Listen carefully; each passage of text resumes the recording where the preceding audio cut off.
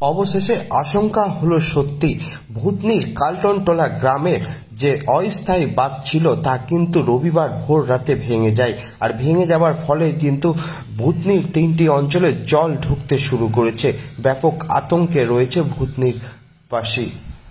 সকাল হতেই এই এলাকায় আরো ভয়াবহ ছবি দেখা যাচ্ছে। গঙ্গা নদী থেকে জল হু হু করে ঢুকছে ভূতনির দিকে।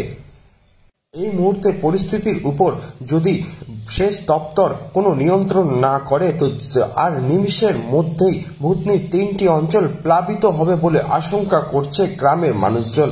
বন্যা হয়ে গেলে মানুষ কি করবে, এখন চিন্তায় হাত পড়েছে ভূতনির সাধারণ মানুষের।